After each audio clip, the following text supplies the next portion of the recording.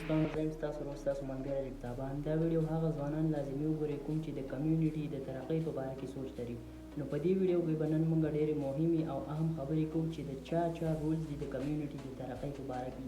د ټولو نه لاول په حکومت کوم چې سیاستدانان پولیټیکلز چې کوم لیډران دي د هغو رول ډېر اهم دی چې هغو سکولونه جوړ کړي، دغه شانتې کې روډونه جوړ کړي او بیا د کمیونټي د ترقۍ په باره کې چې کوم کارونه راځي هغه وکړي.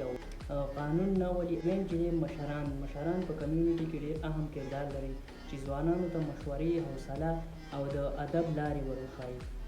ځوانان طاقت لري دغه شانې چې هغو نوی سوچ نوی فکر راولي. ورپسې چې کوم دی هغه ټیچر دی چې هغه د کمیونټي یوه رڼا ده چې ماشومانو ته علم، پرمختګ، ادب، علم زده کړې وروښایي.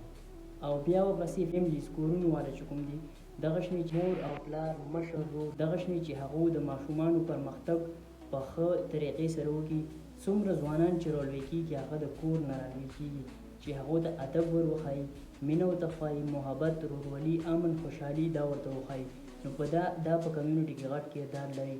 بیا چې ورپسې دی ولنټیرینګ، کوم چې NGOs وغیره دي چې هغه فری آف کاسټ کارونه وکړي، خلکو خدمت وکړي، بېوسوله کورونه جوړ کړي او نور چې کوم د کمیونټي ضروریات یې هغه پوره کړي. فری آف کاسټ چې کوم کارونه یې ولنټیرینګ هغه وکړي.